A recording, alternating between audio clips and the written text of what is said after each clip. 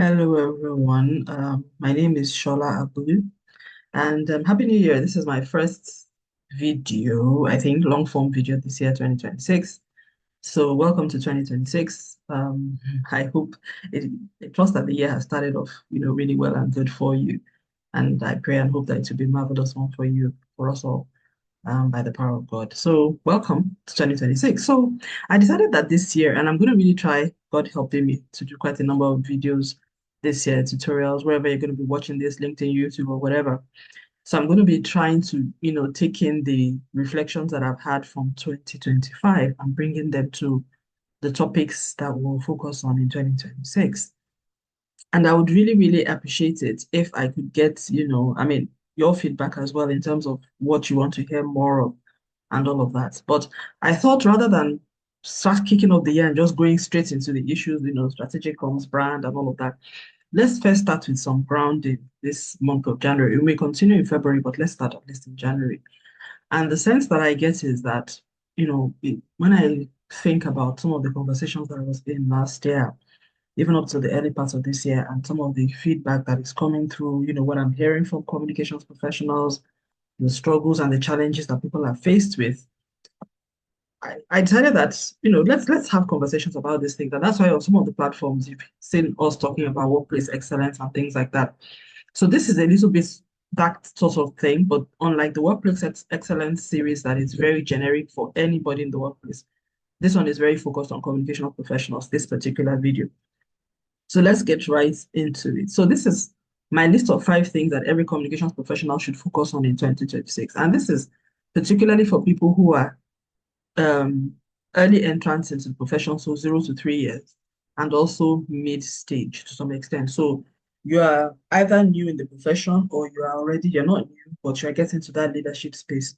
These are things that I think you should bear in mind. And of course, it will apply to people differently depending on, what aspects of what stage you are in. But generally, I just think this is what we should be mindful of. So let's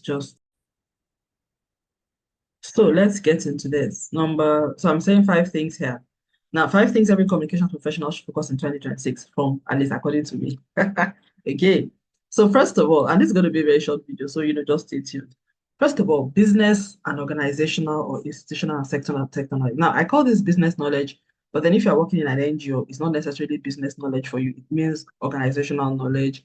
If you're working in an institution, it means institutional knowledge. And then also whatever sector you are working in, whether it's energy, whether it's fast-moving consumer goods, retail, entertainment, lifestyle, that kind of thing. You need to know about this. You need to get knowledge about the industry that you support. Why do I say this? I say this because I see that a lot of communications professionals operate on the fringe of their businesses.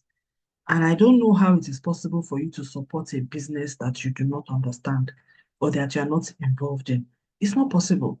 It's true, you may not have the kind of technical knowledge that the real subject matter experts have, but you need to know enough about the business to be able to support it, to be able to write content for it, to be able to understand where the risks are, to be able to know what your communications intervention is supposed to do in tangible terms, how it can help, the direction that your messaging should go. You try to even know which messaging is more important than the other one.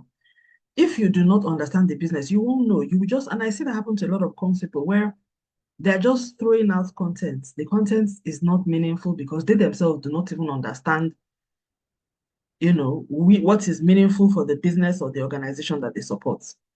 They also do not know where the risks lie. So one thing that I think that would be a game changer, what I could actually have, I wanted to title this 5 game-changing things that every communications professional should focus on.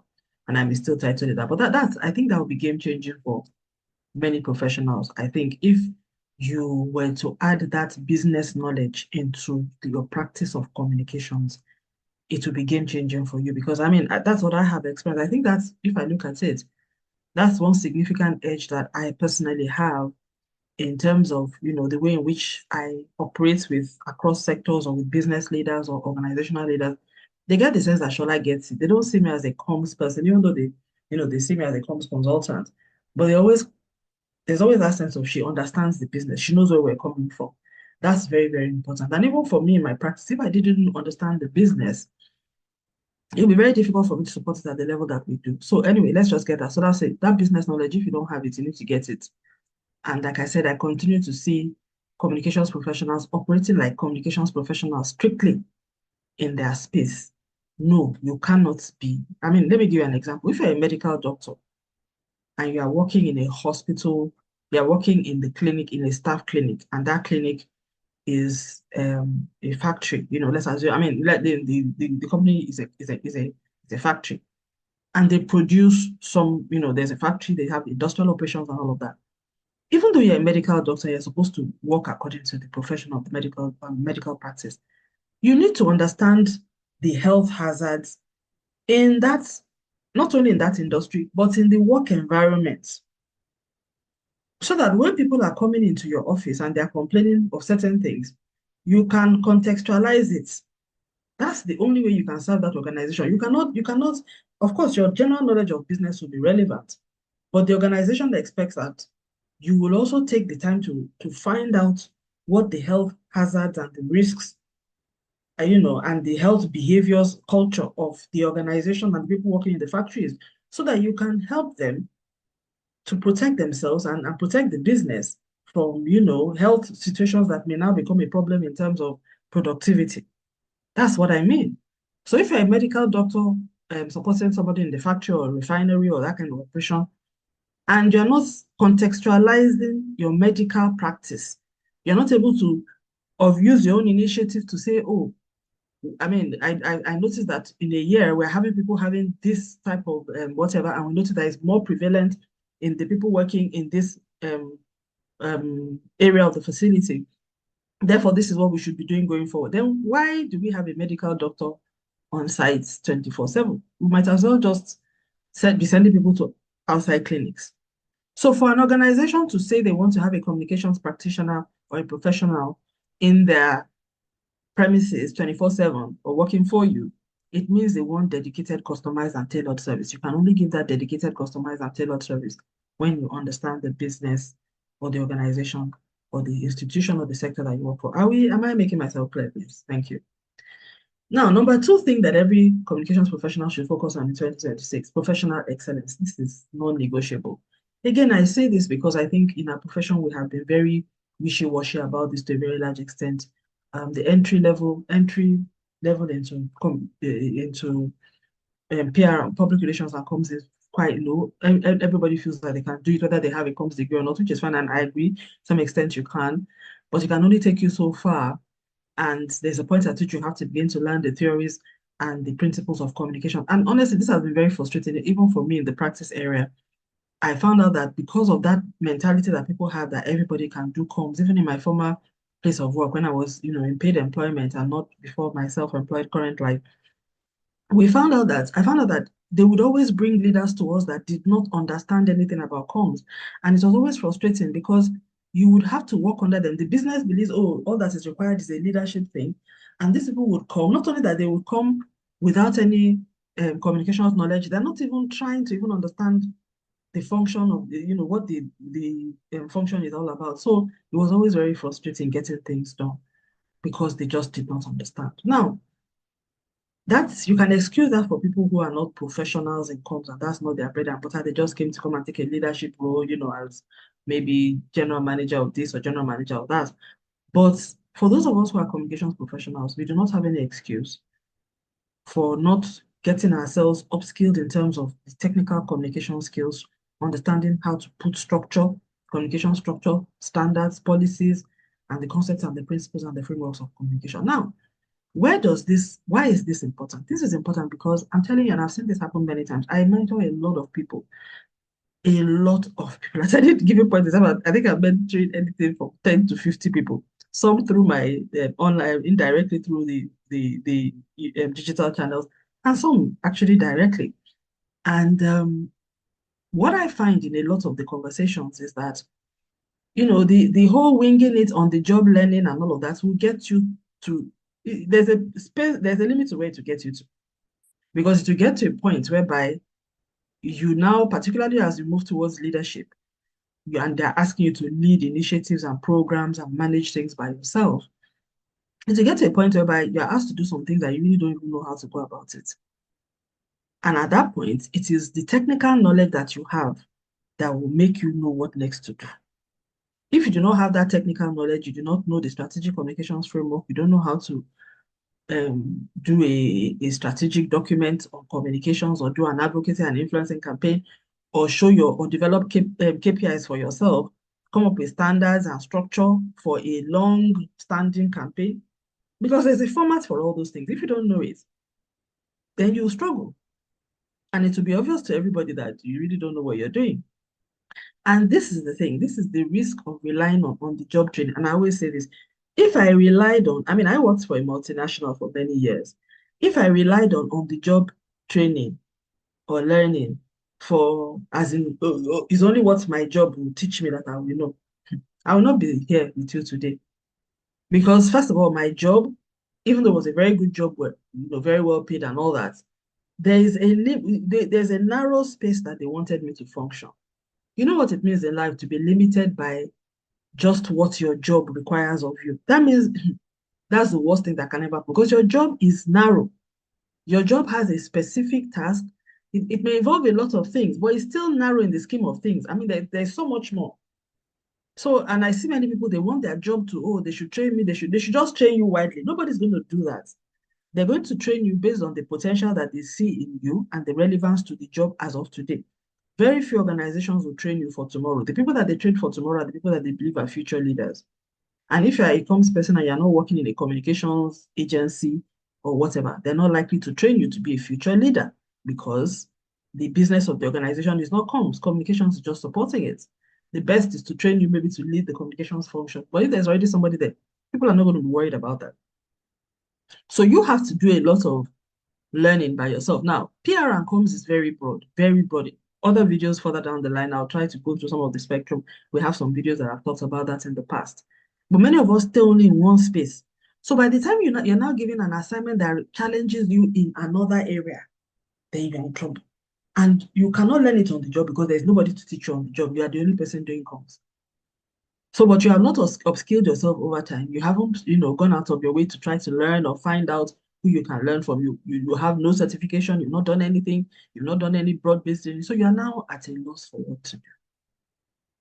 So I would say this professional excellence, I mean, I and so many others, I believe that I've talked a little bit about this. I believe that in the next few years, we have to standardize things a little bit more for the communications profession. And I'm really trusting God that that opportunity will begin to present itself, where people can begin to see a pathway and begin to see a suite of courses and certifications that they can take along the line to move them further down. But for me, the most important thing is even knowing that there's a spectrum from left to right and knowing the steps you have to take to broaden across those spectrums. Because some jobs will require you to really do many things at the same time, to do PR, to do comms, to do publicity, to do adverts, to manage projects, to report on the projects, to do measurements, to do surveys, so there's so many of those things. But if until you get to that situation before you realize that it is actually a real challenge. So scale up, see what your professional excellence is all about. If you'd like to know a little bit more about this and how to go about assessing your competencies and knowing what your gaps are, just send me a comment in the chat or whatever, and I'll try to get some resources to point you in the right direction. So the third thing that I think that every communications professional should focus on in 2026, again, like I said, depending on where you are, the level to which you may need to focus on this will differ. But leadership, I say that that's a very, very big thing. Why? Because many of us in comms, we are, first of all, one-man teams or very lean teams. So leadership is very important. You have to be able to lead yourself and also lead the organization. Now, how do I say this? I see a lot of comms people saying, oh, I didn't get this. They're not giving me this. I'm not being supported to do this. I'm like, you have to initiate the conversation. I mean, if you sit down, the way communications operates, particularly in Nigeria, where I think, to my mind, I think there's still not enough understanding about what communications is and what it does. Some organizations are far ahead of others, but I think generally, particularly corporate communications, strategic communications, not many people know that much. I think marketing communication, people understand that because you're selling, you're creating demand, you're generating leads. People understand that, particularly in the products retail side. But corporate com side, not many people understand it. I think the multinationals understand it a bit better. The bigger organizations, not so much. I mean, the other organizations, not so much. But you have to be a leader to function as a communications professional, particularly in our context in Nigeria, but even more so, I think generally, because you have to initiate a lot of things. It's not one of those roles that you have to that you wait for instructions. For instance, if you see something in the media that is of concern, you have to be able to take the initiative and red flag it, alert to your leaders. You must not be afraid of raising a red flag to your leaders. Even if they say, "Who told you to do this?" You cannot. You must be able to insert yourself into conversations. So and you have to be able to lead projects, manage. If you're a one-man team, that means that you probably have to manage a lot of contractors or vendors. If you're getting them to do things, you have to be able to put your foot down, defend the budget, raise the budget, advocate for more money, insist that leaders show up for the campaigns and the events that you're running, demand support from within the organization. Many times you are the one that will have to initiate meetings. If you think that you're waiting for just by telling leaders that, oh, you are having this problem, they will come and do it for you, you are the one that will send meeting invite and say, please, we need to meet on this issue, this conference and this exhibition. What are the themes? What is the objective? What is the strategy? How are we going to address this? So I see that there is a big leadership skills development gap for communications professionals because our job requires as such a level of assertiveness that many of us do not have. So I would say, ideally, in most organizations that are, like maybe really developed, there should be leadership training for people by the time they see that you have a leadership role. And again, leadership does not mean you are holding a big job title. It means the buck stops at you. If you're a one-man team, you're a leader. I don't care whether you are called comms officer or advisor, because that means that there's nobody that is telling you what to do. And if you don't do that thing, it doesn't get done. That entire department is in your hand. You are a leader. Whether you are called HOD or team leader or officer or advisor, you are a leader because of your role and your contribution. If you don't do something, nothing gets done. If people want to ask what's going on in communications, you are the person they talk to. There is no other person. So you're a leader. So you need to grow and develop your leadership skills. Otherwise, you will struggle. Why do I say this? Because a lot of the challenges that I see that communication professionals have has to do about influencing and advocacy. It has to do about taking initiative, sharing insights, inserting yourself into conversation, and that's all in the leadership space. And many of these things there are two ways in which you can develop your leadership skills. I don't know of anybody that develops leadership skill without being coached. You understand? I don't know of anybody that will say, I'm a born leader. I know people say it, but no, you are not a born leader in one context does not mean you're a born leader in another context. You could be a born leader in a community setting context, in an organizational context, you fail woefully, or as a president of a country, you also fail. So leadership in one context is not the same as leadership in another. Most people, I would say, if not all, would have to go through a leadership coaching and training journey. So you attend leadership trainings, you get a leadership coach, somebody that is also a leader that can advise you on how to manage the relationships, how to manage your superiors, how to manage your relationship with your peers, and how to manage the people that report to you or the vendors that you manage, all of that self-mastery and all of that. So in that process too, I would say this year also seek feedback at the beginning of the year is very good. Set leadership targets for yourself. Say, I want to be able to run a program by myself. I want to be able to take on more responsibility.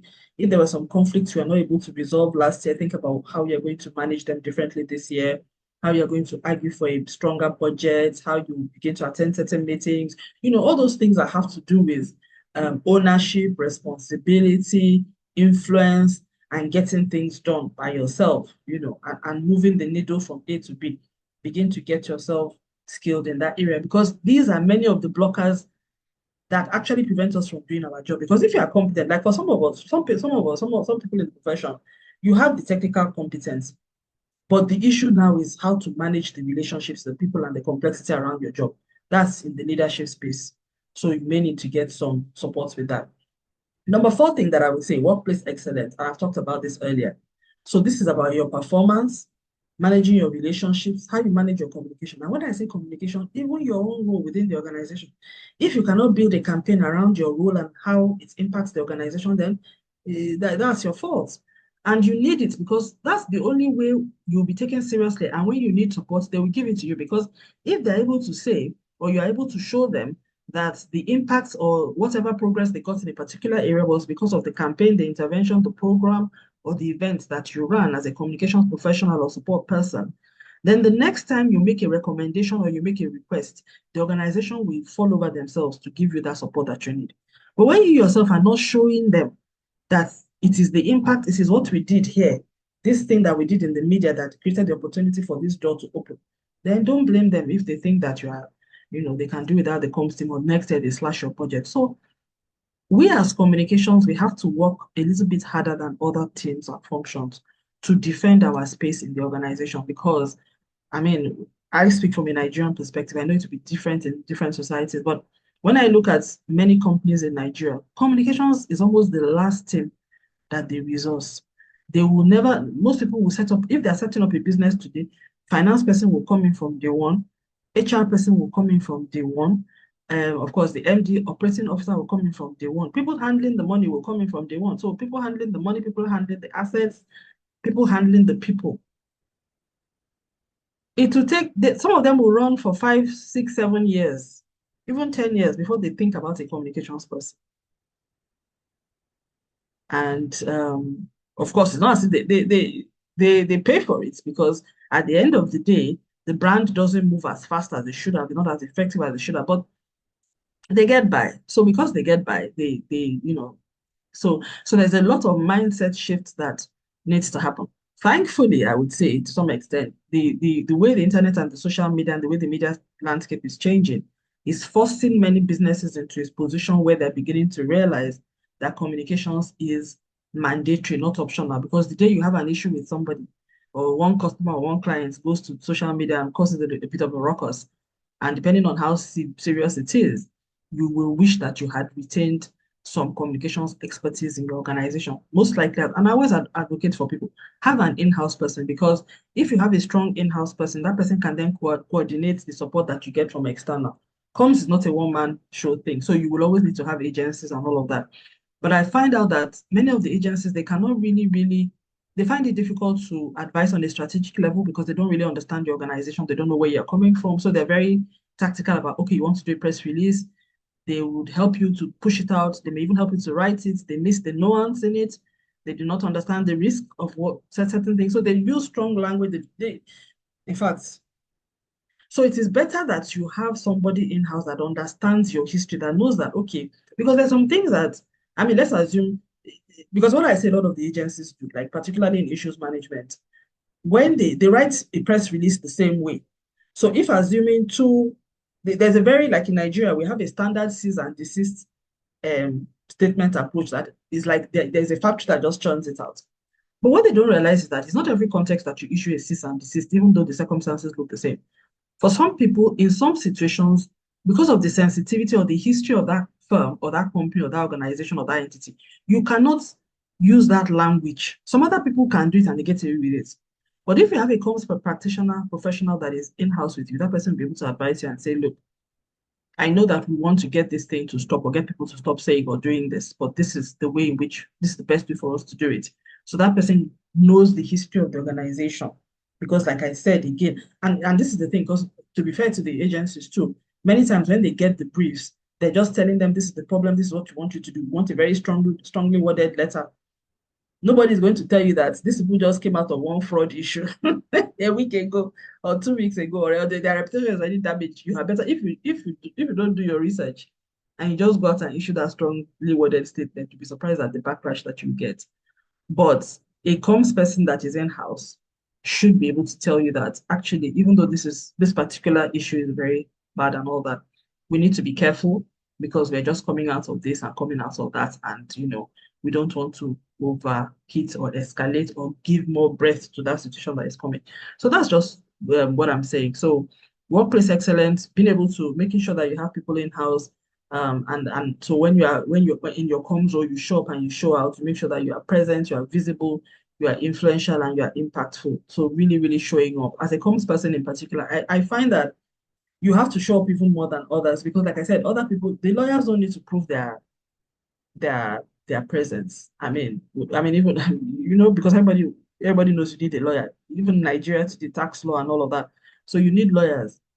In fact, things have gotten to the point right now that even small businesses, you better have a lawyer. You know who to go to when there are issues. So lawyers do not have to defend their position. Everybody knows the need for having lawyers. Accountants don't need to, auditors don't need to, financial accountants or whoever, HR managers too don't need to. Everybody knows. If you have a big, have employees, you need to have people to manage it. Otherwise, you have issues.